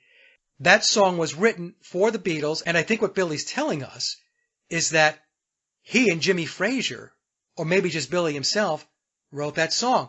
And it became a demo for the Beatles to learn, right? Because that's what we're told in memoirs, that the Beatles had to learn, especially in Billy's Back. I mean, there's so much information in the footnotes. Yes. That they had to learn these songs. And so how were they going to learn them? They had to be learned by George Martin bringing in a copy of the song. I mean, George Martin wasn't going to hum it to them, right? They had to have a recorded version of the song. So it's very possible that what Billy's telling us is that Billy and the Pepper Pots, those songs in those albums were actually the songs that were given to the Beatles to learn and to cover as they went out to do their concerts. We know they didn't play them in the studio because they were not studio-level musicians. Yes. Very interesting passage. I'm glad you brought it up because I do believe Billy is giving us a huge, huge truth drop in that footnote. At least Tom is giving us the truth drop in that footnote via Billy. A lot of the new information on the footnotes on Billy's Back is synchronized with your April 1st presentation. Yes. It's basically a confirmation. That's how I read it. Yes, and what people should understand is because detractors want to say that I work for Billy, I'm working with Tom, None of that stuff is true. Absolutely false. Not true. So what happened was I was working on that documentary. Did the Beatles write all their own music, Ofer, as you know, because you follow the channel? Yes.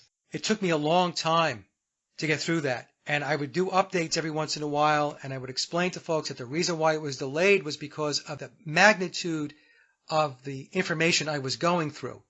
It was tremendous. And I had to be able to stitch it together so it made sense. I had to build the storyboard.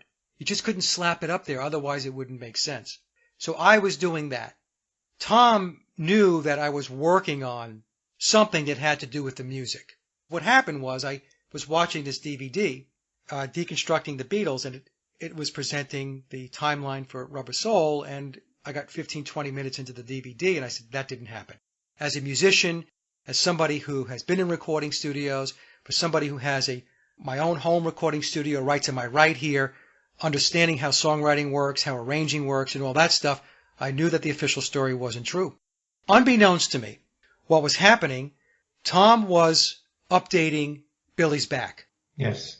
Okay, so what was happening was I was doing my thing and Tom was doing his thing, but I wasn't sharing with him my information because I wouldn't do that. And Tom obviously would not share his information with me because he can't do that. And so when I released my presentation on April 1st of 2020, and I picked April Fool's Day intentionally because it has to do with the occult, that's why I did it. Because when I picked April 1st, I knew that if Billy's watching the channel, which I know he does, my website, which points to my YouTube channel, is mentioned in both Memoirs and Billy's Back, Yes. he would get it. I wasn't releasing it on that date for the general public to kind of figure it out. That was my way of relaying a message back to Billy. So what happened was I sent Tom a link to the video, maybe a day or two before I actually uploaded it. And he got back to me after watching it. It took a few days because it is 4.5 hours long. And Tom said to me, I think you're going to be very pleased with what's in the update to Billy's Back. And I still had no idea what that meant. And so I wound up buying Billy's Back. And of course, I was going to read it. Ofer, I was pleased, but I was also amazed at what was revealed in the footnotes in Billy's Back about the music. I know you read this. Yes. In the footnote, Tom tells us that Theodore Adorno was writing the music, involved in the music. Now, my take on it is I don't think Theodore Adorno wrote all of the music, because Adorno was a very busy man with his books and his lecturing and all that stuff. But I do believe that Theodore Adorno, working with George Martin, they were managing the whole psychological operation from a songwriting perspective, from a recording perspective, from an arrangement perspective. That's what they were doing. And I think they had a small kludge of songwriters that were working for them, that were generating these songs and putting them out. In fact, one person that was on the team when I did the presentation, very accomplished musician. So I can't say who this person is, very accomplished. And had said to me that they analyzed the music between 1962 and 66, especially the later albums like Rubber Soul and Revolver, and they picked up on at least 2 different songwriting styles. Okay. Which means 2 different songwriters. So we're basically seeing a pattern on the albums from 1962 to 1966. Yes. And then when Bill Shepherd joined the Beatles, he contributed some of the songs himself, maybe John Lennon, maybe George Harrison, but other people contributed from the outside also. From 67 through 70, yes. You're saying? Yes, so from 1962 to 66, I don't believe the Beatles, John, Paul, George, wrote anything. Okay. I think all those songs were written for them. They were recorded by studio musicians, and they did the vocals. They had to learn, like I said, 25 of those songs to go take them out on the road. That was the 62 through 66 period. When Billy officially came into the picture from a Paul is Dead perspective, which was late 1966, and then his first project, his first album was Sgt. Pepper. He actually brought the Beatles, John, George, and Ringo, more into the recording process. even though they were not completely in on all of the recording process, because we're told in memoirs, and also there are mainstream articles which say that they say Paul McCartney, but we know it's Billy, was doing a lot of the tracks, the guitar tracks on Sgt. Pepper, which many Beatle fans believe were recorded by John Lennon and George Harrison. A lot of people believe George Harrison was playing the little lead parts in the title track of Sgt. Pepper, and it was not. It was a mainstream article that it came out, and I forgot the source. I have it written down someplace. But it comes out and says that lead guitar playing was done by Paul McCartney, which is Billy.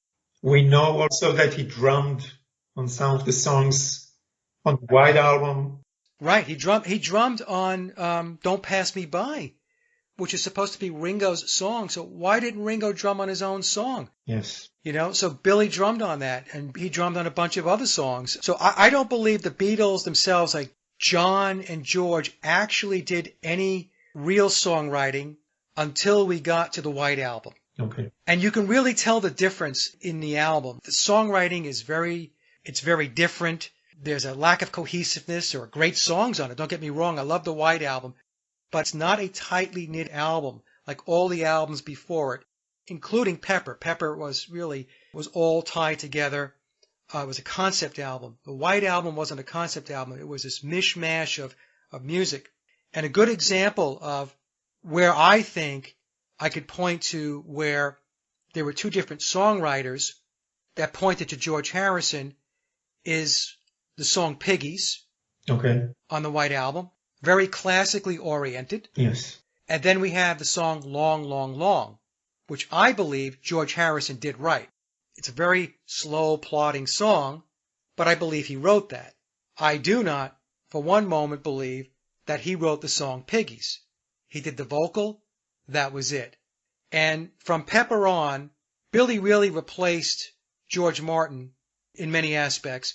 And so Billy was bringing in his own kludge of songwriters. And he was influencing to a far greater degree the production of the albums. And it wasn't until we actually get back to Abbey Road where Billy and George Martin bonded again and put out that super polished, super produced sound that we hear on Abbey Road. In memoirs and in Billy's back, Billy tells us that Donovan was a contributing songwriter, one of the contributing songwriters. Somebody else that we should look at is Emmett Rhodes. Emmett has passed now, but if you listen to Emmett's music from 1968 through 72, Emmett was only around for 4 years, but he was very prolific.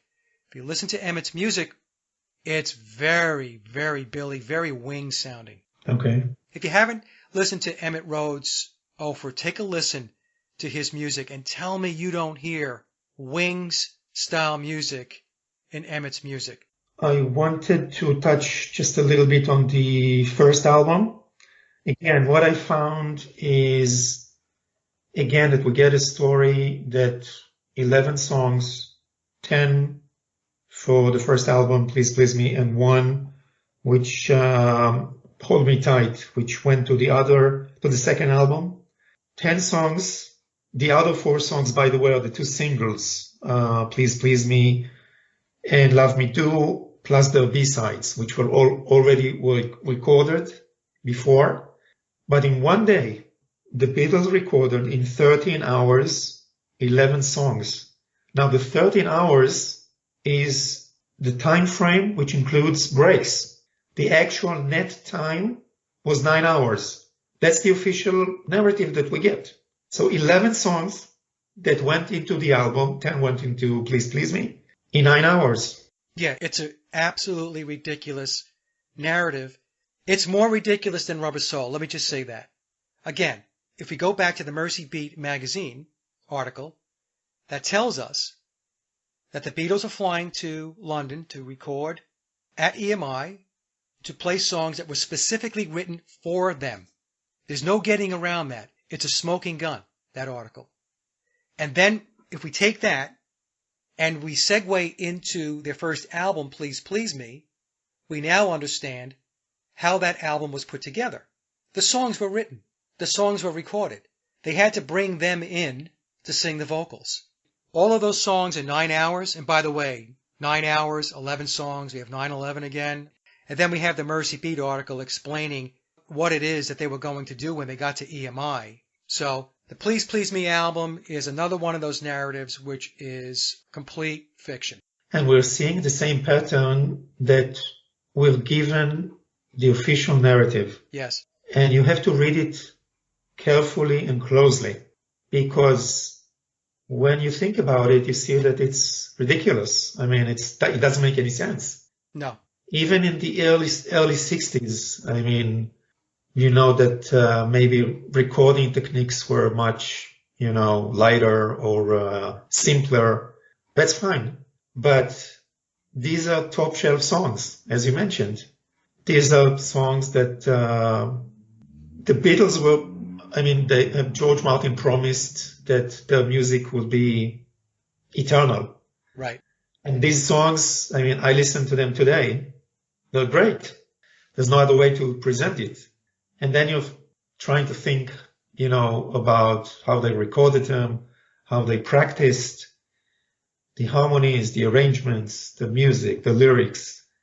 And then you get this narrative, 11 songs in 9 hours. It doesn't make any sense. I'm sorry. No, it makes no sense, Ofer. And if people are open-minded and thinking critically, they will come to the realization that it doesn't make any sense. And we have to remember that the Beatles, before meeting George Martin, they were a bar and club band. They played cover music. There's the fake story out there, the fake narrative that says that the Beatles wrote 100 songs between Lennon and McCartney before they met George Martin. Yet, we have George Martin in interviews saying they had nothing. Yes. So, how could one narrative say that from the age of 15 until the time they met George Martin in 1962 that they wrote 100 original songs, and then we get to interviews with George Martin saying that they had nothing, that he thought their music was rubbish? These are not my words. These are the words of George Martin in these interviews. So that's what we have to keep in mind. And, the playing on those albums is studio quality music. Yes. Period. That is not the playing of a club and bar band that showed up and all of a sudden had their playing abilities and skills ramped up to that level of precision. There's a very interesting comment on Billy's Back on why the Beatles failed their Decca audition. And it's that reason exactly. The demos that they presented were not good enough. No. And, people are saying that Decca made the worst decision in turning down the Beatles. But Decca heard 5 demos, which were not good. Right. So you can understand, why they turned down the Beatles. Well, George Martin declined them too in the beginning. So George Martin came to the same conclusion as Decca, if the Decca story is real, right? Let's just say it is. Yes. George Martin had the exact same response. He listened to these tapes and he said, no. Now, George Martin, he's an accomplished composer. Yes. So he listened to this and he said no. So what Billy tells us in the book, that he got a call from upstairs. George, we can appreciate the fact that this is not what you're used to working with, but there's a bigger picture involved here. So we need you to buckle down and work this thing and make it work. And George Martin, considering the task that he had at hand and who he was as a composer, formally trained and so on, he was not going to waste his time trying to teach a bunch of young 20-year-olds who were a club and bar band how to play music. He wasn't going to sit in a studio with them and see if he can get them to do a guitar track, a bass track, or a drumming track over and over and over again until it got to the point where he thought, okay, maybe this is acceptable. That's not how the music business works. It's not, we're just going to go with what's acceptable. They go with near perfection, if not perfection. In the 1980s, if you were a drummer in a professional band, and this happened to the drummer in Chicago, the band Chicago, if you couldn't drum to a click track, you were out. Producers went and found somebody who had such precision that they could drum to a click track. And there's no way George Martin was going to waste his time trying to mentor these guys and, hug them and see what he could make of them. No, he hired studio musicians. In fact, in a clip in my documentary, and I had it in another video, we have Billy speaking with George Martin, and Billy saying that George hired Andy White. Billy's having this conversation with George, because he said to George, because you were used to studio musicians. And George says, that's right. How much clearer does it have to be for people before they start to get this? Like I said, Ofer, when I did the documentary, the truth is hidden in plain sight. If you look for it, it's there. That's why I used mainstream sources in my documentary. I really tried to stay away from memoirs. I brought it in 1 or 2 times because the mainstream sources matched up with what memoirs was telling us. But I intentionally kept memoirs out to quiet down the peanut gallery, the detractors that were just making silly accusations like Mike is just reading out of memoirs and there's no other research beyond that. Total nonsense. Absolute nonsense. So, when I released that documentary, there you go. Now you can't point to memoirs anymore. Now what are you going to do? You're going to go beat up on Rolling Stone magazine? You're going to go beat up on cheatsheet.com? You're going to beat up on Quincy Jones? Quincy's the one that said that the Beatles, they were non-playing MFers. I didn't say that. Quincy Jones said that. And not only that, but Quincy Jones told that story in that interview within the context of him working with Ringo on Ringo's own album, and Ringo could not get the drum track down. So who did Quincy call? He called Ronnie Verrill. The same Ronnie Verrill that I was told by somebody within his inner circle drummed on the Beatles music between 1962 and 1966. All we have to do is connect dots. But there's so many people out there, they don't want to connect the dots because they don't want to give up on their worship and their gods. I have another comment about this point. I mean, people came to me and said, listen, they wrote the songs themselves, Lennon and McCartney. They practiced outside of the studio. And then they came to the studio and banged all of these songs. And I told them, it doesn't work this way. I mean, bands, singer-songwriters, whoever goes into the recording studio, they do takes and takes and takes. It doesn't work this way. I mean, first shot, 11 songs in 9 hours. I mean, each song, the first time they recorded it, it worked. It doesn't work this way. I mean, it's not real because people are trying to calculate what happened before they came into the studio, and they trust that George Martin did an excellent work, which he did afterwards.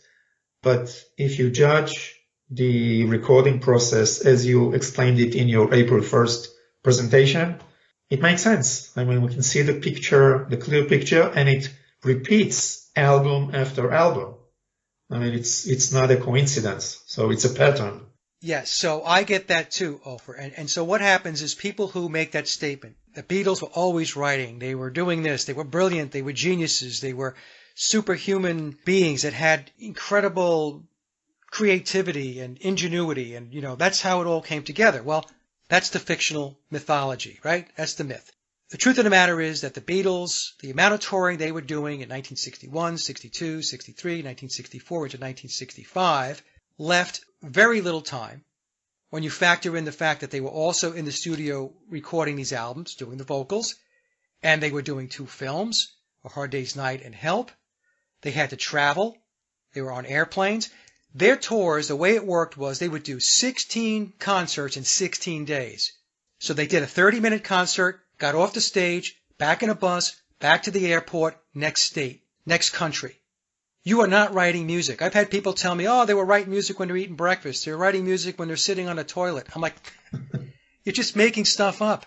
You're making stuff up. It doesn't work that way. And again, Rubber Soul is the perfect proof point, because the official narrative, what does it tell us? They had no music to speak of, no material to speak of going into to the Rubber Soul recording sessions, which means they had to write the music then and there. So they got into the studio on October 11th and on October 12th, and they bang out Run for Your Life.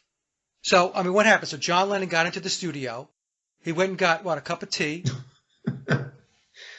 And he said, hold on a second, let me just bang this out. Okay, got it. Next. Lyrics, music, arrangements, everything. Exactly. So quickly. It didn't happen. So when people say they were always writing, they were writing on airplanes, they were writing on buses, look, they were young guys in their 20s. They were partying. There was drugs. There was alcohol. We have an article where John Lennon was interviewed, and he said that during the filming of the movie Help, they were in a haze of marijuana, right? That the director, Richard Lester, had to actually schedule filming around when they could stand up and they weren't stoned. So if they couldn't be present for the film when they were supposed to be there, how were they writing music? You see? And that's the thing. That's why I put that into the presentation as well. Again, that's a mainstream article. That's not something that Mike made up. John Lennon is telling us, along with Ringo, because Ringo tacked onto that interview at the end and said they were stoned during the filming of Help. And some people will say, well, you know what, Mike? When you're stoned and high, you write better music. Wrong. I mean, and Ringo validates that in the anthology series when they interview him. And he said, we're talking about from Sgt. Pepper on, not the early days. And Ringo had said that when they were stoned and they recorded, they thought they did a great job. And then when they listened to the playback the next day when they were sober, he said it sounded like shit. Yes. That's Ringo's words, not my words. So the whole premise, that's the other thing that they sold people on, that your creativity expands when you're stoned or under the influence of drugs. That's a falsehood. That's false. You do your best work when you're clear thinking. Well, question number 10, basically we talked about it. We get so many clues. I mean, hundreds and hundreds of clues everywhere. Lyrics, album covers, the movies, like Magical Mystery Tour, which is loaded with clues. Interviews, it's all over the place, and still people cannot get the big picture. And they say, this is circumstantial, this is, you can say that this is, you can interpret it however you want. But we know the story, we know what happened. My question is, and I'm listening to other people on from the truth community, and they say, listen, don't try to convince anyone. Just do your work, do your thinking. Look at the story, read, research, go to other sources. I mean, the energy that you have to put in trying to convince other people, maybe it's not worth it. And I wanted to hear what you think about it. I've said for a very long time, I am not trying to convince anybody of anything. I have said that on so many shows. All I'm doing, because I like to research, is to present my research and present my findings. And if what I'm presenting resonates with you, fine. If it doesn't resonate with you, that's fine as well. Because at the end of the day, I'm doing this for myself. I enjoy doing this, and I like sharing it. That's it. And I have said on many shows, especially over the last 9 months to a year, that this is an individual journey.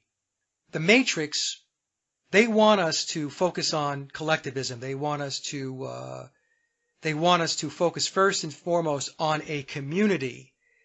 And by doing that, what they're doing is they're saying, don't focus on yourself as an individual.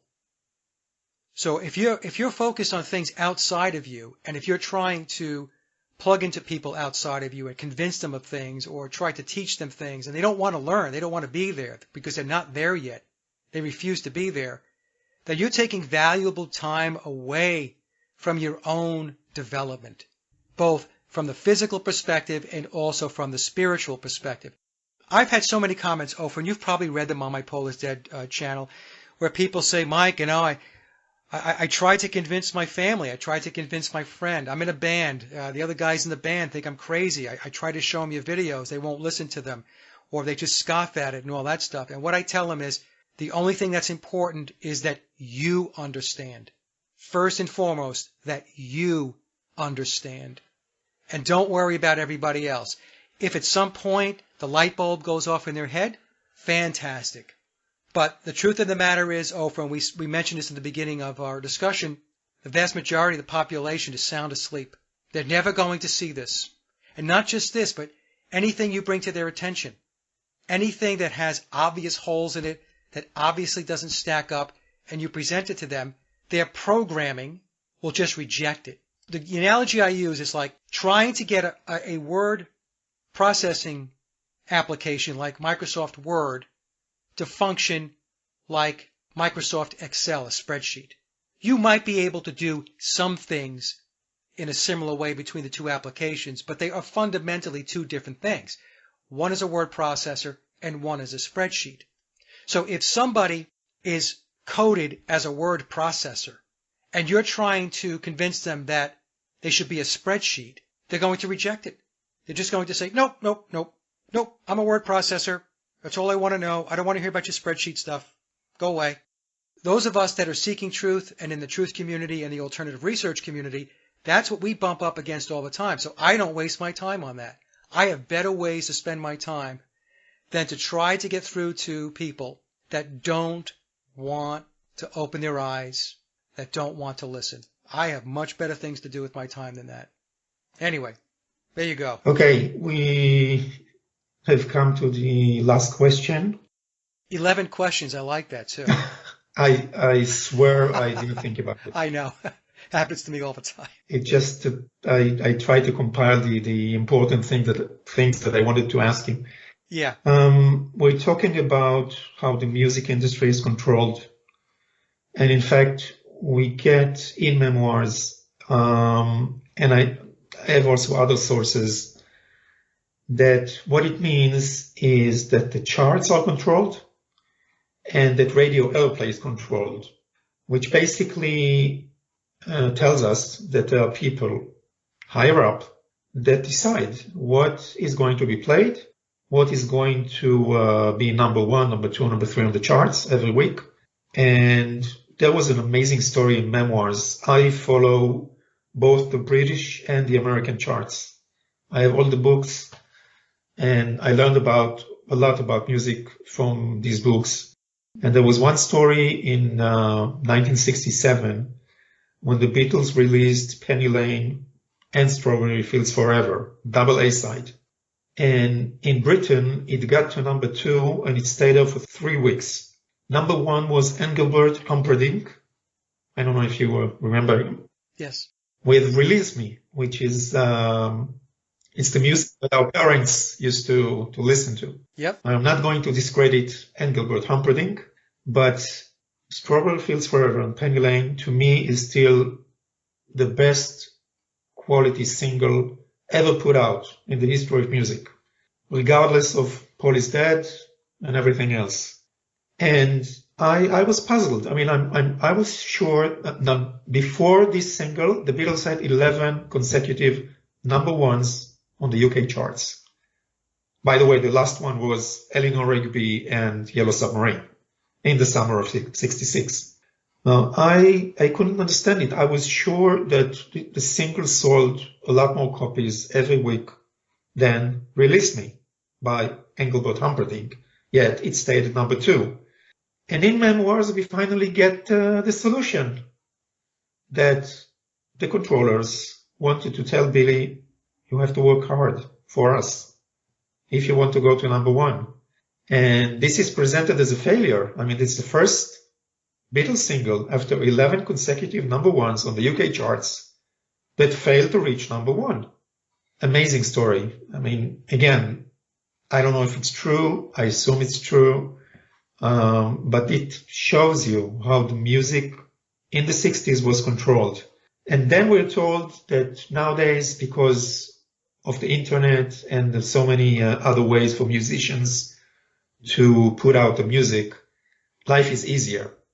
And I wanted to get your point of view on the state of music today in general. Is it easier to put out music and to succeed, or we're still facing or the industry is still controlled? The industry is still controlled, Ofer, and it's easier to put music out, but it's very difficult to make money at it. Okay. So here's the thing.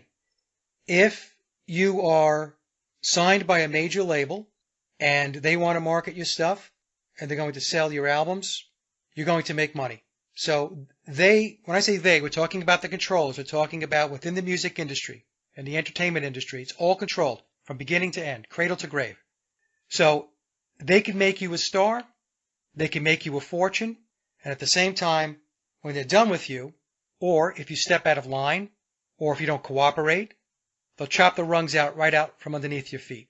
So you might skyrocket, and then you will hit the floor like a piano out of a second-story building.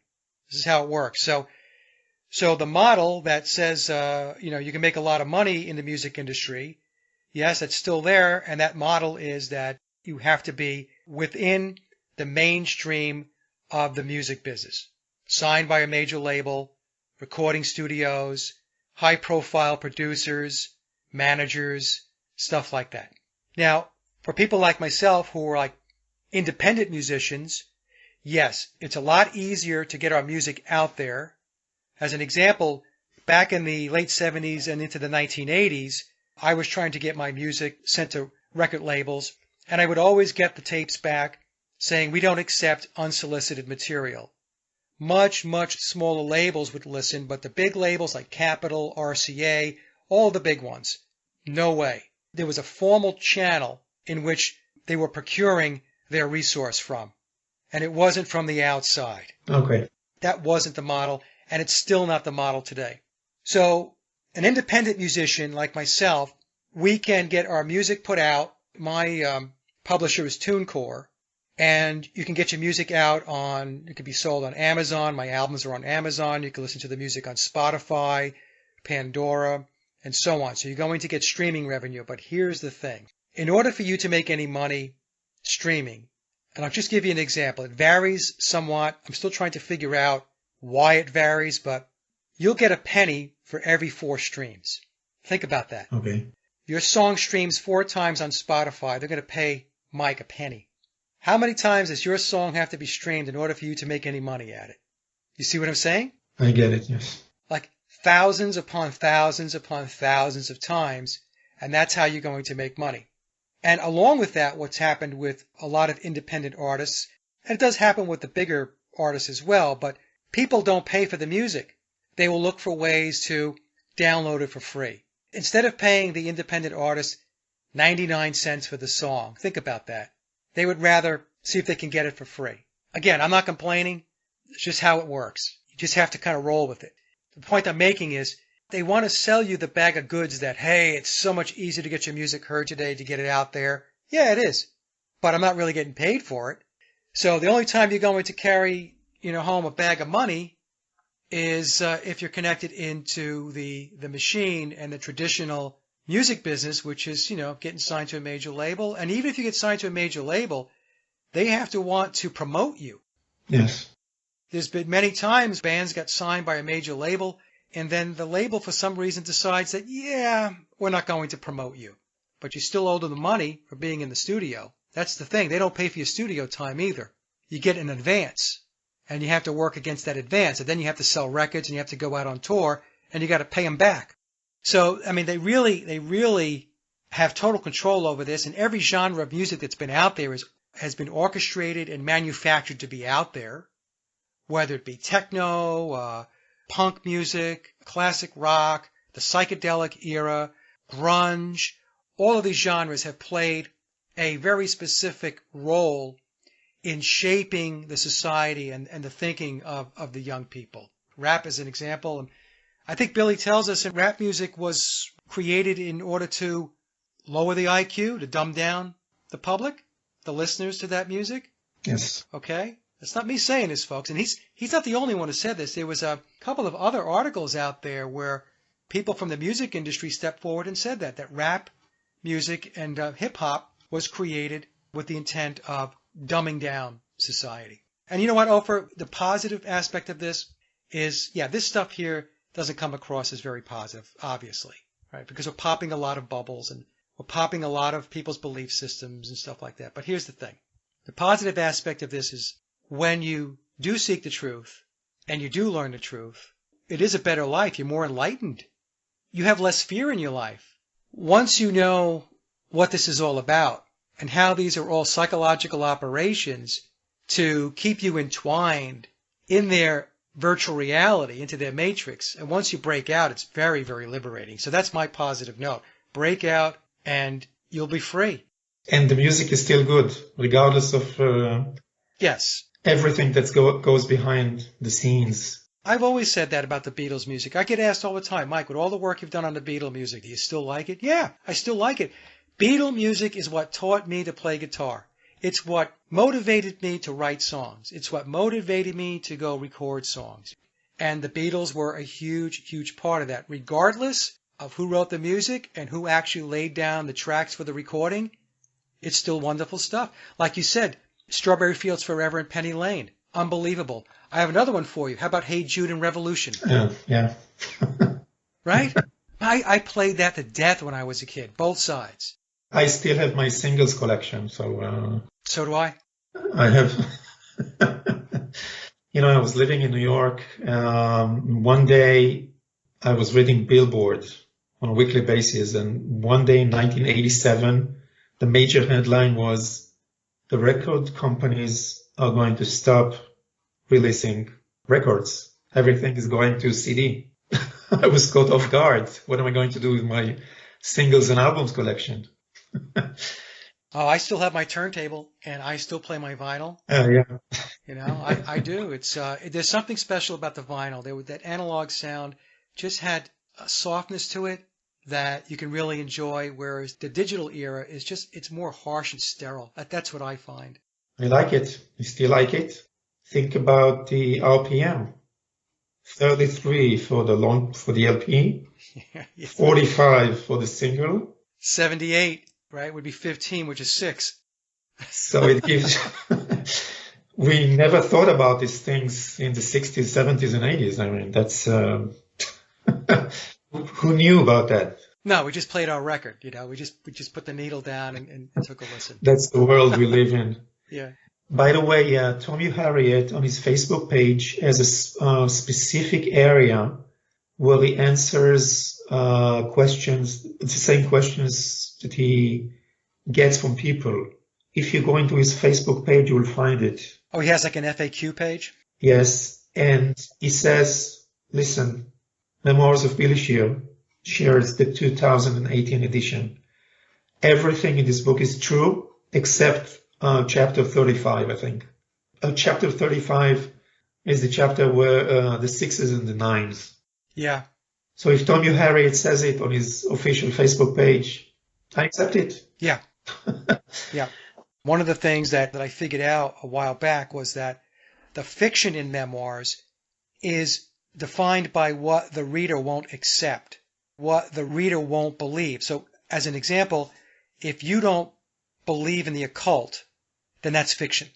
If you don't believe numbers are meaningful to the elites, that's your fiction.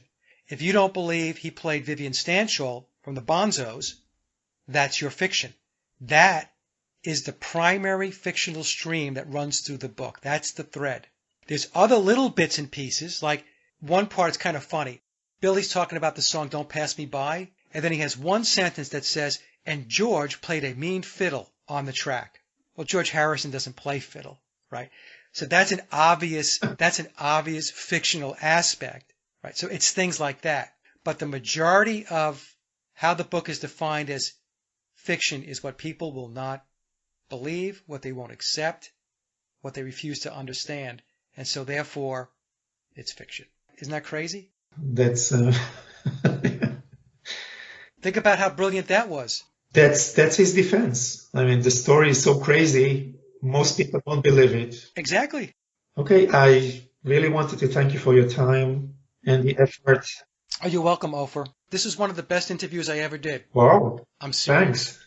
Oh, it's great. You ask great questions. These are great questions. These are like in-depth questions that nobody really asks me. It was fabulous. We covered so much ground. Thank you so much, and I'll be in touch. Bye. Thanks. Bye-bye now.